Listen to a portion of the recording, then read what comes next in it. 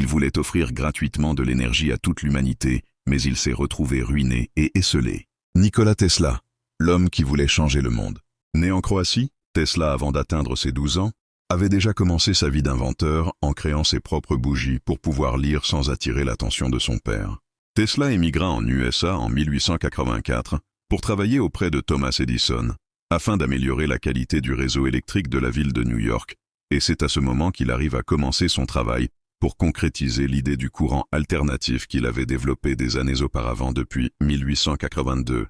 Tesla arrive vers 1888 à concrétiser ses plans de création en construisant le premier moteur à induction à courant alternatif en travaillant pour la Continental Edison Company de Thomas Edison.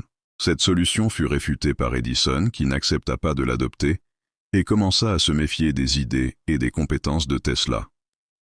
Malheureusement, Tesla fut injustement traité par Edison qui refusa de lui remettre son argent en contrepartie du travail qu'il avait fourni. Pour ce faire, en 1901, Tesla a commencé à construire l'un de ses projets les plus ambitieux, la tour Wardenclyffe. Sa hauteur était de 57 mètres, soit un peu plus de la moitié de celle de la Statue de la Liberté. La tour ressemblait un peu à la tour Eiffel. Elle était aussi en acier et de plus en plus étroite. Il y avait une large plateforme circulaire à son sommet, entourée de câbles d'acier. La tour de Wardenclyffe devait transférer de l'énergie sur plusieurs kilomètres. Au départ, Tesla a mené des expériences sur la transmission de l'électricité à travers le sol. Il pensait peut-être qu'en construisant un appareil spécial, on pourrait transférer cette électricité dans l'air. Tesla avait besoin de fonds pour tester ses idées. Il a trouvé un investisseur, la banque d'investissement JP Morgan, et lui a demandé 150 000 $. Aujourd'hui, cela semble être un montant dérisoire pour un tel projet. Mais en 1901, c'était beaucoup d'argent, l'équivalent d'environ 5 millions de dollars aujourd'hui.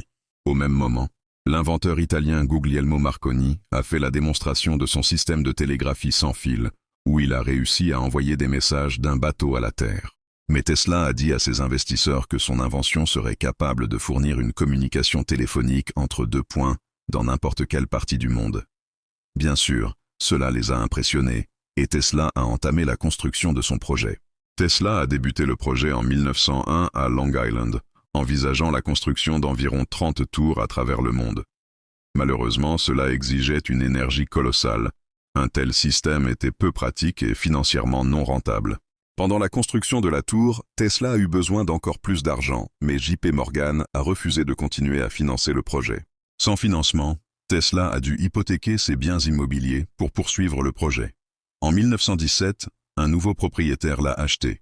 Il l'a découpé en morceaux et l'a vendu à la casse. Après l'échec du projet Wardenclyffe, Nikola Tesla a continué à mettre au point d'autres inventions. Plusieurs des inventions de Tesla dépassaient de leur temps et ne furent pas comprises et accueillies par les gens de cette époque, comme le bateau radiocommandé. Sans véritable fortune, Tesla continua de créer des inventions et vivait dans des hôtels modestes. Le 7 janvier 1943, Nikola Tesla fut retrouvé mort. Il est décédé en silence d'une thrombose coronaire à l'âge de 86 ans, vivant seul dans la chambre 3327 AI 33 de l'hôtel new-yorker. Mort vierge, Tesla était tombé amoureux d'un pigeon. J'aimais ce pigeon comme un homme aime une femme, et elle m'aimait aussi. Elle m'a donné des raisons de vivre, avait-il déclaré.